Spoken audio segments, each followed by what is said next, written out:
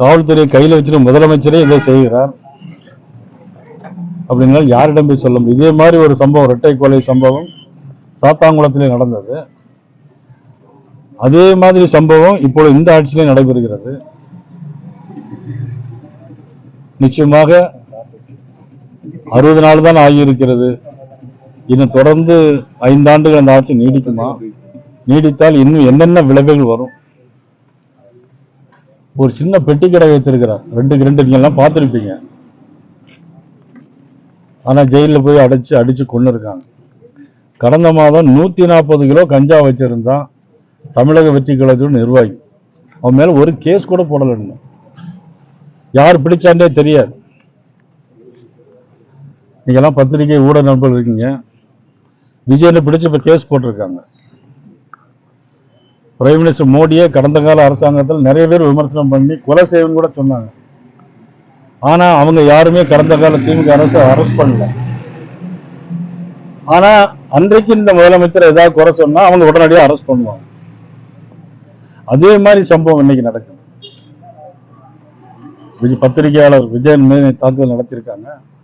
அதற்கு பின்புலத்திலே சில பேர் இருக்கிறார்கள். இவ்வளவு ஒரு மோசமான ஆட்சி போய்கொண்டிருக்கிறது. உண்மையிலே மிகுந்த வேதனைக்குரியது. மின் கட்டணத்தில் பல குளறுபடிகள். ஆட்சிக்கு வருவதற்கு முன்னால் 2 மாதத்திற்கு கூடிய கட்டணம் வசூலை ஒரே மாதத்தில் நாங்கள் பண்ணுவோம், மீட்டர் ரீடிங் எடுப்போம்னு சொன்னாங்க. 1 மாதத்துல மீட்டரிங் எடுக்கும். ஆனா இதுல டிக்கெட் கூட போடுறாங்க, மின் கட்டணத்தை கூட்டிருக்காங்க, பல குளறுபடிகள் நடந்துட்டு இருக்கு.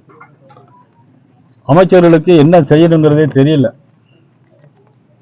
2 அமைச்சர்கள் மத்திய அரசுடைய அனுமதி இல்லாமலேயே வெளிநாட்டுக்கு போயிருக்கிறாங்க. ஏன் போனாங்க? எதற்காக போனாங்க? யாருடைய பண செலவில் போனாங்க? நம்முடைய அரசாங்கத்தினுடைய பண செலவில் போனார்களா, அல்லது வெளிநாட்டிலிருந்து யாராவது தொடர்பு கொண்டு அவர்களுக்கு பணம் செலவு பண்ணுறதாக சொல்லி அதற்காக போனார்களா என்பது தெரியாது.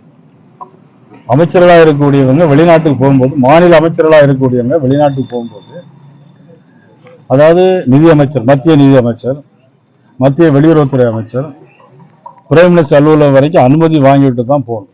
அனுமதி இல்லாமல் போகக்கூடாது. 2003ஆம் ஆண்டு நான் மின்துறை அமைச்சராக இருக்கும்போது அன்றைக்கு இபி சேர்மனாக மதிப்புக்குரிய திரு ஞானசேகரன் அவர்கள் இருந்தாங்க.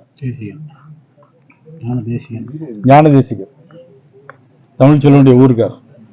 ஞானதேசிகன் இபி சேர்மனாக இருந்தார். அப்போ அம்மா எங்களுக்கு அனுமதி கொடுத்துருந்தாங்க வெளிநாட்டுக்கு போகிறோம். ஆனால் மத்திய அரசிலிருந்து அனுமதி வரல.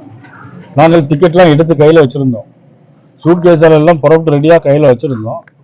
ஆனால் 10 மணி வரையிலும் மத்திய அரசு அனுமதி வரல அப்படின்றதுனால அந்த அந்த ப்ரோக்ராமை நாங்கள் கேன்சல் பண்ணோம். நான் மின்துறை அமைச்சராக இருக்கும்போது. இன்னைக்கு இபி சேர்மனாக மதிப்புக்குரிய ஞானதேசன் இருக்கார், திருமலஞ்சிக்கார், நம்ம திருநெல்வேலி மாவட்டத்துக்கார். ஆனால் இந்த அமைச்சர்களுக்கு யாரோட அனுமதி வாங்கணும், எப்படி போகணும், என்ன நடைபெறுகிறது என்பதே ஒன்று கேள்விக்குறியான ஒரு சூழ்நிலை. அது கவர்னர் வரும்போது நான் இது குறித்து கவர்னர்கிட்ட மனு கொடுக்கலான்ட்டு இருக்கிறேன். சட்டமன்ற உறுப்பினர் கைது செய்யப்பட்டிருக்காரு. அதான் நான் ஏற்கனவே சொன்னேன்ல.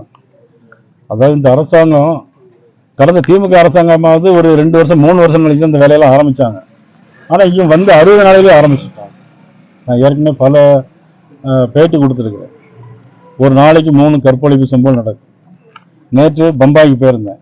இரவு 12 மணிக்கெல்லாம் பம்பாயில் வந்து அங்கே எல்லா பெண்களும் நடமாடலாம். ஆனால் தமிழ்நாட்டில் அப்படி இன்னைக்கு உத்தரவாதம் கொடுக்க முடியாது. ஏன்னா திரைப்படத்தினுடைய காட்சிகள் தான் இங்கே ஆட்சியாக நடக்கும். ஆனா பேர்ல தான் ஏற்கிறதுக்கு மறுக்குதுன்னு நினைக்கிறீங்களா தமிழக அரசு? நிச்சயமா. அதாவது விமர்சனங்கள் பல வடிவில் வரும். தவறுகள் இருக்கு வரலாம், இல்லாமல் கூட விமர்சனங்கள் வரலாம். ஒரு முதலமைச்சர் பொறுத்து கொள்ளக்கூடிய தகுதி வேண்டும்.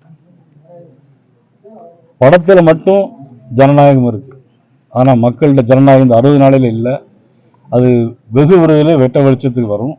அமைச்சர்கள் வந்து லீவ் கேட்குறாங்க. இப்போ 3 மணி நேரம் லீவ் கேட்டிருக்காங்களா, முதலமைச்சர் கொடுக்கலையா? ஒருவேளை 3 மணி நேரம் என்ன சொந்த வேலையா எதுவும் இருக்குன்னு கேட்டால் ஜனநாயகம் படம் சினிமா பார்க்கணுமா? இவங்களெல்லாம் வச்சு நம்ம நாட்டில் என்னத்தை பண்ண முடியும்? திமுக சட்டமன்ற உறுப்பினர் கைது ஏற்கனவே அனிதா ராதாகிருஷ்ணனை கைது பண்ணாங்க, ஜாமீன்ல வெளியே வந்தாங்க. இப்போ இன்னைக்கு நடந்து போராட்டங்கள் நடந்துட்டு இருக்கு, பெரிய இஷ்யூ ஆயிட்டு இருக்கு. இது தொடர்ந்து அதான் அவங்கள, அதாவது மனப்பக்குவம் இல்லை, அதாவது ஆட்சி சரவரை செய்ய முடியல, அமைச்சர்களுக்கு என்ன செய்யணும் அப்படிங்கிறது தெரியல. ஆனா மக்கள் ஓட்டு போட்டிருக்காங்க, அதனால மதிச்சு நம்மளும் அதை அந்த அரசாங்கத்தை நம்ம என்ன பண்றோம். கடந்த அஜித்குமார் கொலை வழக்குல வந்து முதலமைச்சர் சாரி சொன்னதுக்கு சாரி வேண்டாம் சிஎம் சார் நீதி வேணும்னு சொன்னாரு. ஆனா இந்த சபரிவர்மன் கொலை சம்பந்தமா சிஎம் இதுவரையும் சாரி பேச கூட சொல்லலையே. நான் என்ன சொன்னேன் உங்களுக்கு, இது சினிமா காட்சியில தான் நடந்துட்டு இருக்கு. இந்த கொலை வழக்கை வேற புலனாய்வு பிரிவுக்கு மாற்றி நிச்சயமா நாங்கள் வந்து பாரதிய ஜனதா கட்சி சார்பாக சிபிஐக்கு விசாரணைக்கு நாங்கள் கோருவோம். பழனியில 100 கோடி ரூபாய்க்குள்ள சொத்து பிரச்சனை நடந்துச்சு. அறநிலையத்துறை சொத்தை வந்து அபகரிச்சாங்க. இதை முதலா சொன்னதே நான் தான். பாரதிய ஜனதா கட்சி தான் அதை முதல்ல எடுத்தது. அதான் அதில் பெரிய வேடிக்கை என்னன்னாக்கி, திரும்பி நான் சொல்றேன், மதிப்புக்குரிய மாண்புமிகு அமைச்சர் ரமேஷ் அவர்கள் சொல்லும்போது நயினார் அண்ணனுக்கு விஷயம் தெரியல அப்படின்னு சொல்லியிருக்காங்க. உண்மையில நான் அமைச்சர்களை பார்த்து நான் கேட்பது என்னன்னா, நீங்க அந்த வழக்கு பத்திரப்பதிவு நடந்திருக்கு, உண்மை உங்களுக்கு தெரியும், எல்லாருக்கும் தெரியும். பத்திரப்பதிவு நடந்த உண்மை. யார் நடத்தினாங்க, யாருக்காக பண்ணாங்க, இதுவரையிலும் கைது செய்யல. ஆனா ஒருத்தர், ஒரு பத்திர பதிவாளரை, ஒரு ரிஜிஸ்ட்ராரை மட்டும் சஸ்பெண்ட் பண்ணியிருக்காங்க. அது யார் வாங்கினாங்க? 2 பேரும். அதுல யாருக்கெல்லாம் தொடர்பு இருக்கு?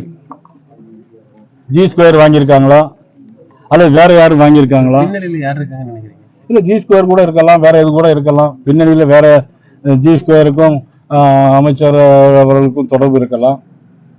யார் வாங்கியிருக்காங்க? அவங்கள இன்னும் கைது செய்யலையா? அப்ப தமிழக அமைச்சருக்கு தொடர்பு இருக்குன்னு சொல்றீங்களா? நிச்சயமா தொடர்பு இருக்கு. போய் தான் அவங்க வந்து இதுவரைக்கும் பர்டிகுலர் ஆள் யாருங்கிறத கைது செய்யல. சார் இது சிபிஐ விசாரணை வந்து நீதிமன்றத்துல பாஜக சார்பில் இது பண்ணுவீங்களா? இல்லை, இன்னைக்கு நாங்கள் கட்சி மேலிடம் கூடி அதுக்கான முயற்சிகள்